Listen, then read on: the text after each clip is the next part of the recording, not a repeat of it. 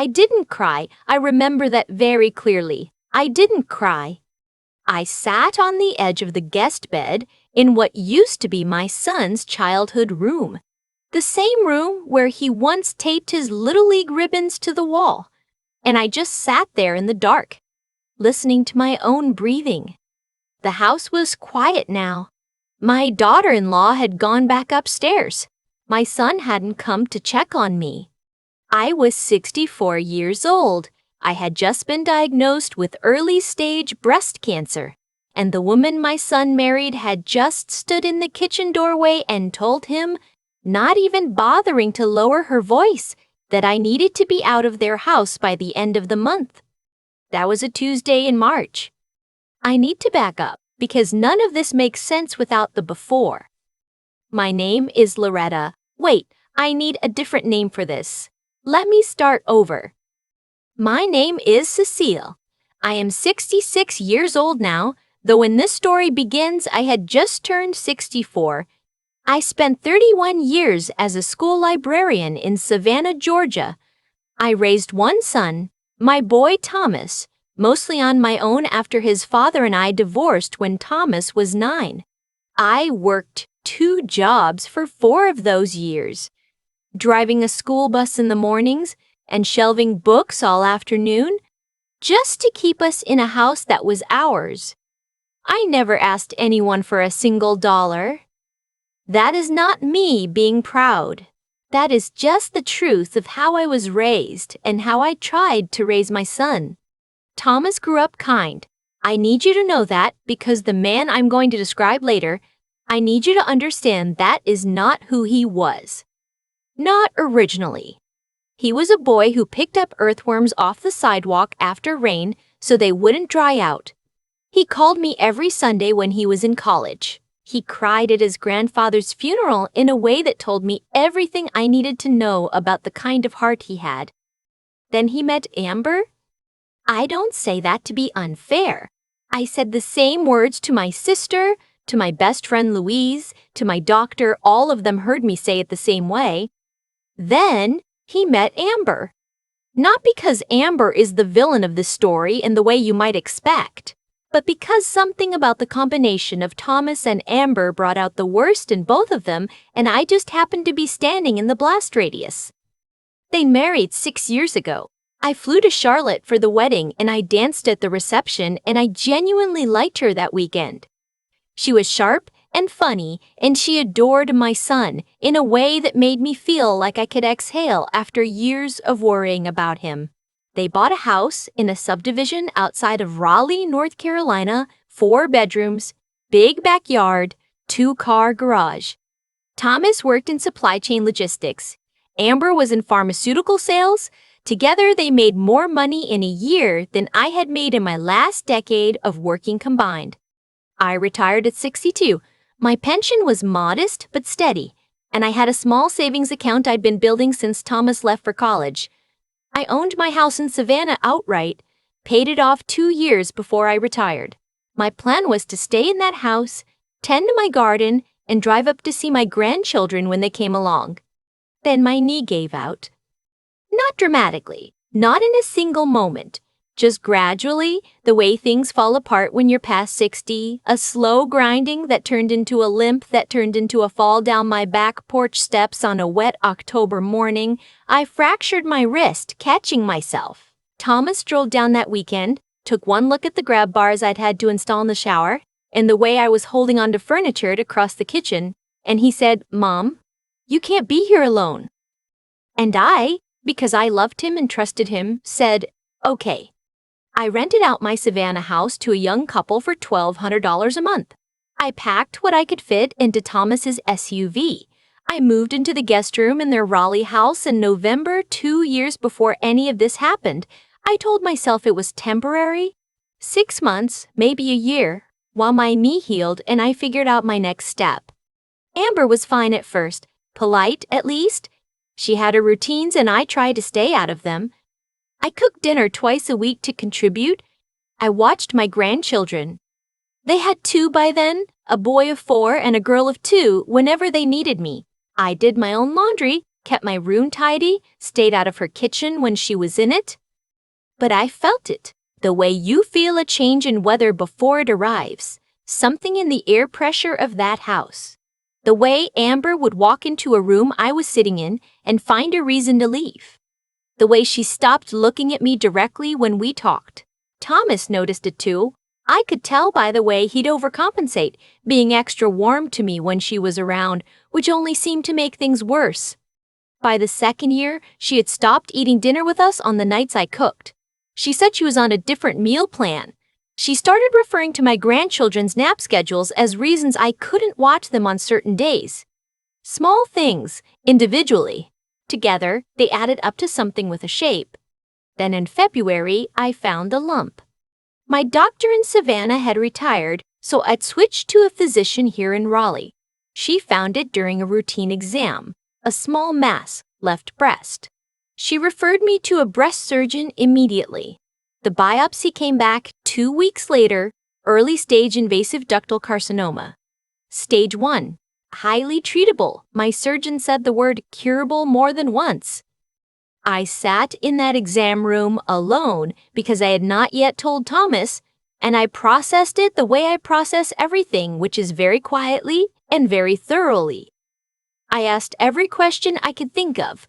I took notes on my phone, I drove myself home, made a cup of tea, and sat at the small desk in my guest room and looked at what my life had become. I told Thomas that evening. He went pale and immediately pulled me into a hug and said we would get through this together. He meant it. I believe he meant it completely.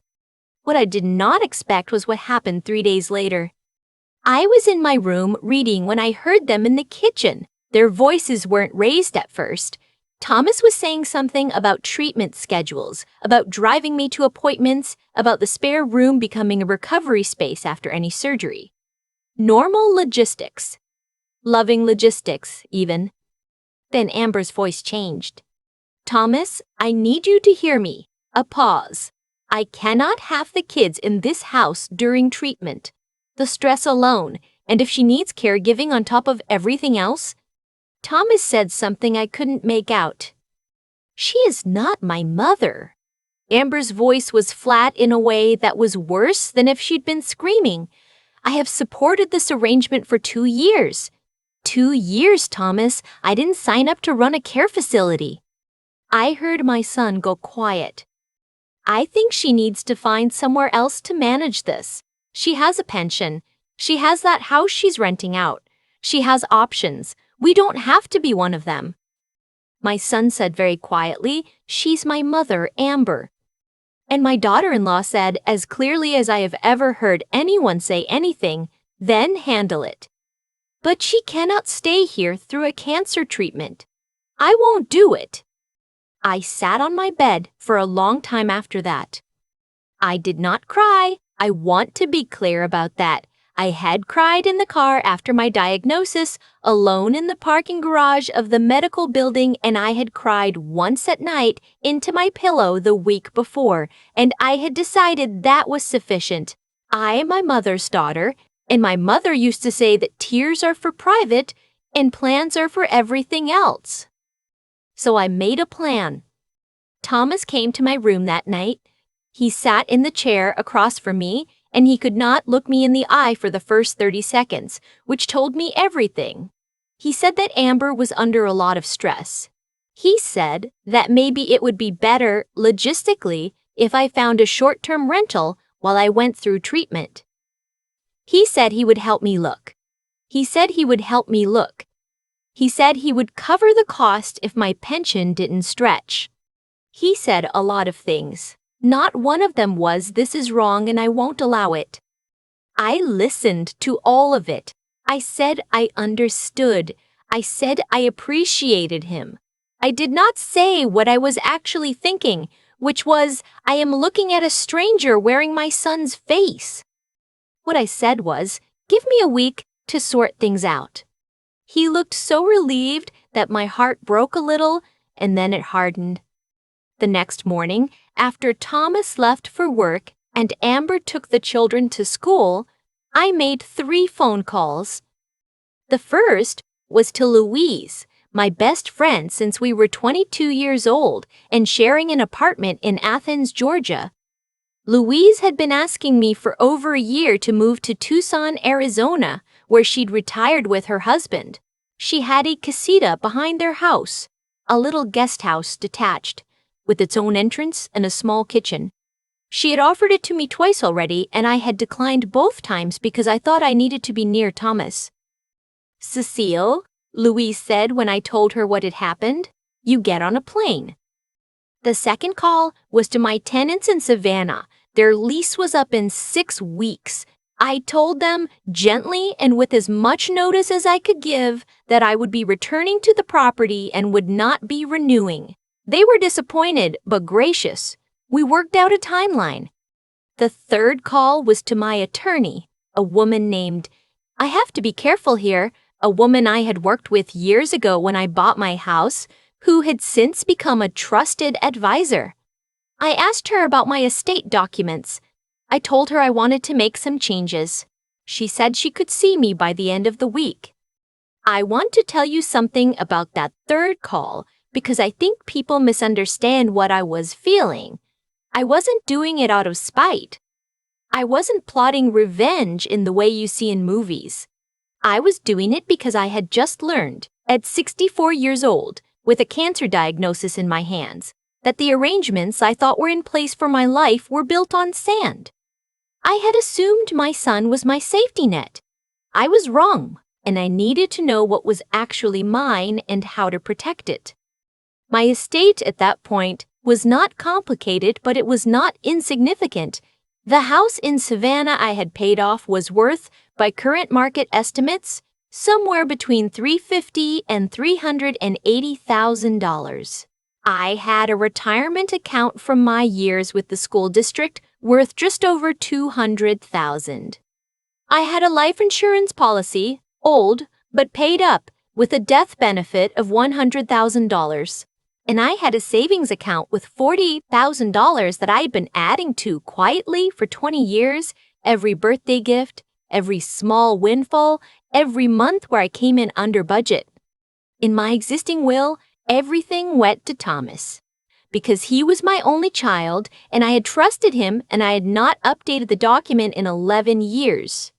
My attorney looked at my documents and then looked at me across her desk and said, "What would you like to change?" I told her I wanted to establish a trust. The house in Savannah and the savings account would go into it, with a named trustee, Louise, who had a business background and who I trusted completely. The beneficiaries would be my grandchildren directly, to be distributed when each turned 25. Thomas could draw a modest annual amount from the trust for 10 years, with a provision that it could be reduced or suspended at the trustee's discretion if certain conditions weren't met. The retirement account and life insurance remained, with Thomas still as beneficiary. I wasn't removing him entirely because he was still my son, and I still loved him, but I was no longer operating under the assumption that love alone was a financial plan. My attorney drafted the documents. I signed them on a Friday afternoon. I felt, when I walked out of that office, lighter than I had in 2 years. During that same week, I had my first consultation with my oncologist here in Raleigh. The treatment plan was clear, a lumpectomy, followed by radiation, followed by hormone therapy for 5 years. My surgeon said I was an excellent candidate, that my prognosis was very good, that the timeline from surgery to end of active treatment would be about 3 months. I scheduled the surgery. I also, that same week, looked into cancer treatment in Tucson. The University of Arizona Cancer Center had a strong reputation. Louise's husband knew a physician there. I called the center, explained my situation, and asked whether I could transfer my care. They said yes. I asked my Raleigh surgeon if she could refer me. She said she would have my records transferred by the end of the week. I told none of this to Thomas. What I told Thomas was that I had made some arrangements and that I would be leaving before the end of the month as he and Amber had requested. I told him I had somewhere to go and that I would be fine. He asked where I was going, and I said to stay with a friend while I sorted out my housing situation. He asked if I needed money, and I said no. He hugged me when I said that. He seemed, again, relieved. And I love my son, I do. I will always love my son. But I stood in that hug and felt something I can only describe as a door closing. Not slamming, not dramatically, just gently, firmly shutting. I left on a Saturday morning in April. I had shipped 2 boxes ahead to Louise's casita, everything else but in my checked luggage and carry-on. Thomas drove me to the airport. We said goodbye at the drop-off lane because he couldn't park. And he said, "Call me when you land," and I said I would, and I did, because that is the kind of person I am. Louise was waiting for me at the Tucson airport with a handmade sign that said, "Welcome him home, Cecile," in big purple letters, which is the most Louise thing in the world, and I cried in her arms in the arrivals hall, not from sadness, from something else, from the feeling of finally being somewhere I was wanted. The casita was small and perfect. 1 bedroom, 1 bathroom, a kitchen with a window that looked out at a saguaro cactus in the side yard. Louise had put fresh flowers on the table and stocked the refrigerator and left a note that said, "Your only job right now is to get well." I sat on the little couch that evening and looked out at the desert sky going orange and pink, and I thought, this is where I am supposed to be. My surgery was 6 weeks later. Louise drove me and sat in the waiting room for 4 hours and took me home and took care of me with the matter-of-factness that I found more comforting than any amount of fussing would have been. My son called the day of the surgery. He said the right things. I told him the right things back. We were both performing a version of closeness that neither of us had the courage yet to examine directly.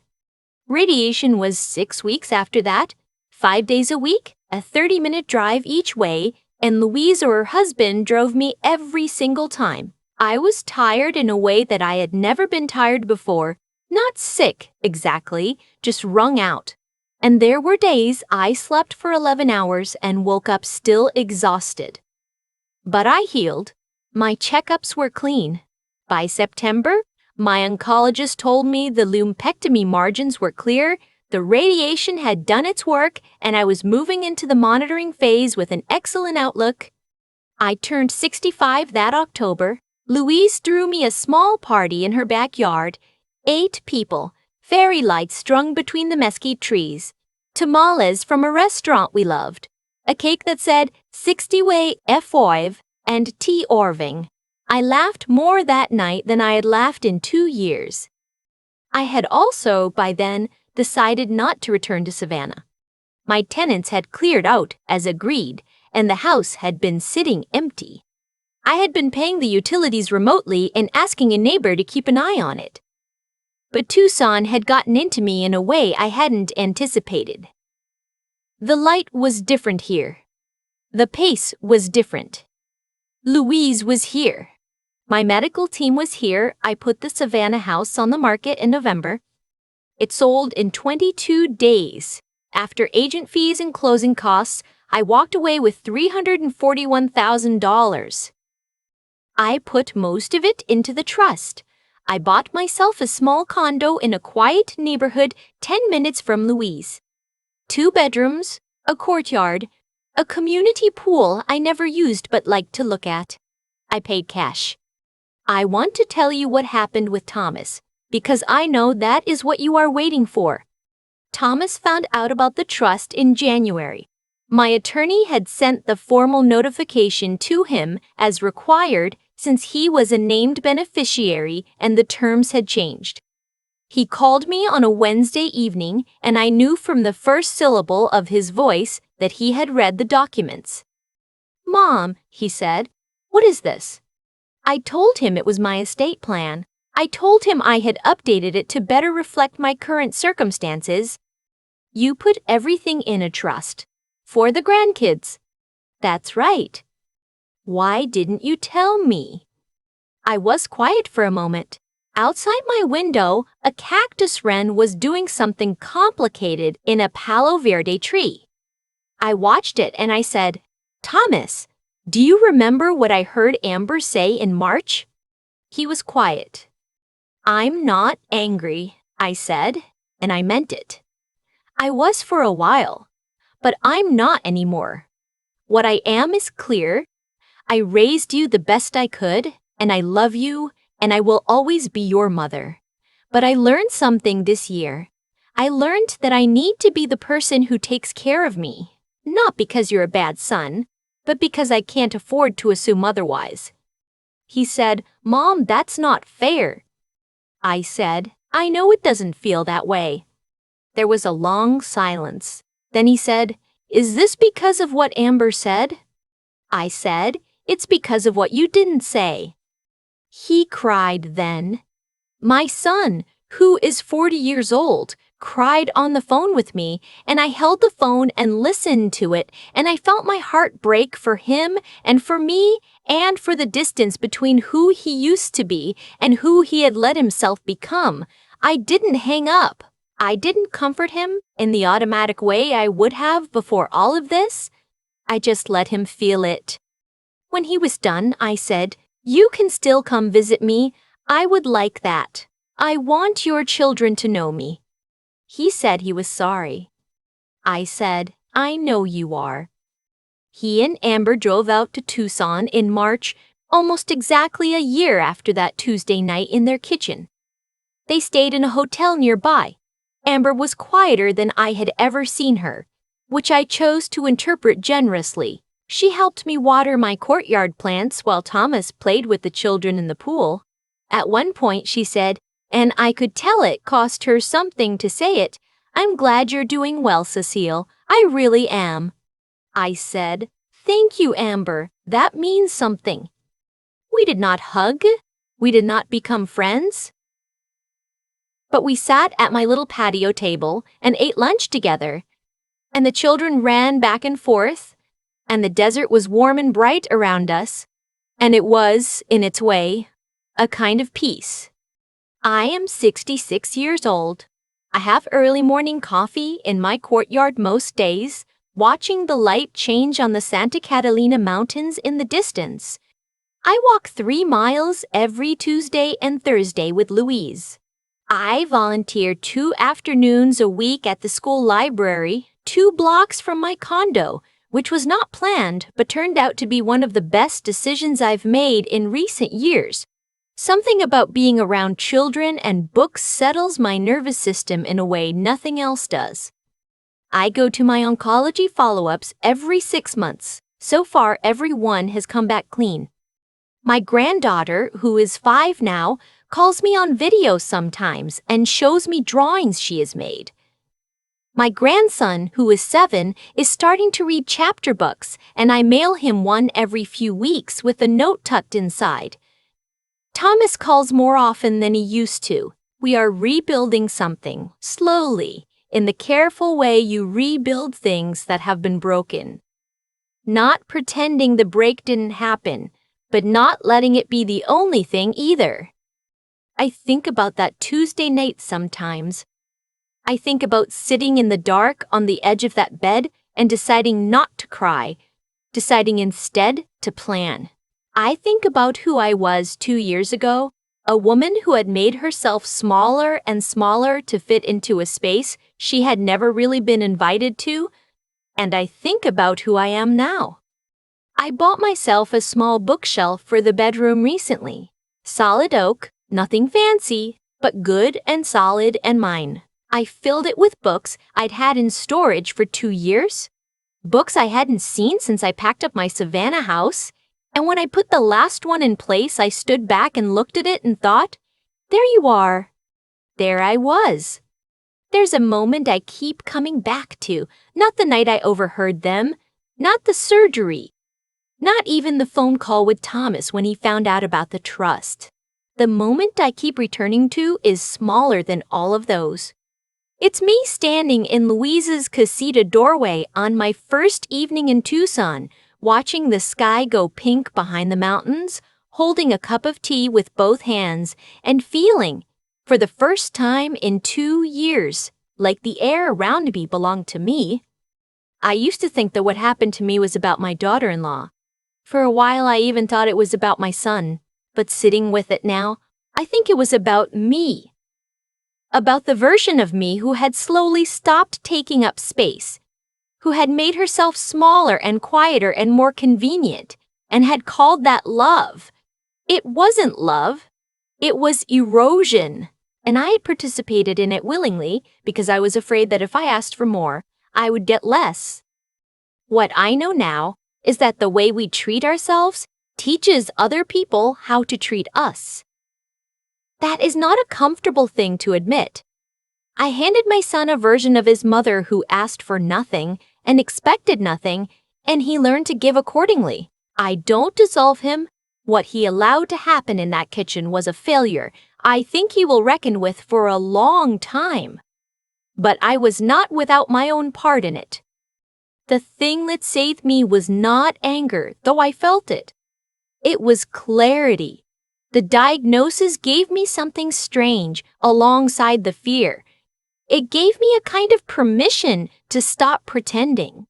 When the doctor said the word cancer, something in me went very quiet and very honest. I looked at my life and I saw exactly what it was. And I decided, sitting alone in that exam room with my notes on my phone, that I was going to act like a woman who deserved to survive. That meant being honest about money. It meant calling Louise. It meant sitting across from my attorney and saying out loud what I needed instead of what I thought I was allowed to want. It meant making decisions from a place of self-knowledge rather than fear of abandonment. That takes something. A kind of inner steadiness that I had to rebuild after years of quietly dismantling it. I won't call it easy. I'll call it necessary. And the integrity piece, that matters to me. I didn't cut Thomas out. I didn't punish him cruelly or expose him publicly or say things I couldn't take back. I changed my documents, I moved my life, and I told him the truth when he asked for it. What I felt privately. What I said, I meant. I think that is the only way to come out of something like this without becoming someone you don't recognize. He is trying now. That matters. People can surprise you if you give them the right amount of space and the right amount of honesty and very little room to coast. I have a bookshelf in my bedroom in Tucson. It took me 2 years to earn it back. Every morning I walk past it on my way to make coffee, and it reminds me that the things that are truly mine cannot be taken. They can only be surrendered. I do not intend to surrender anything again.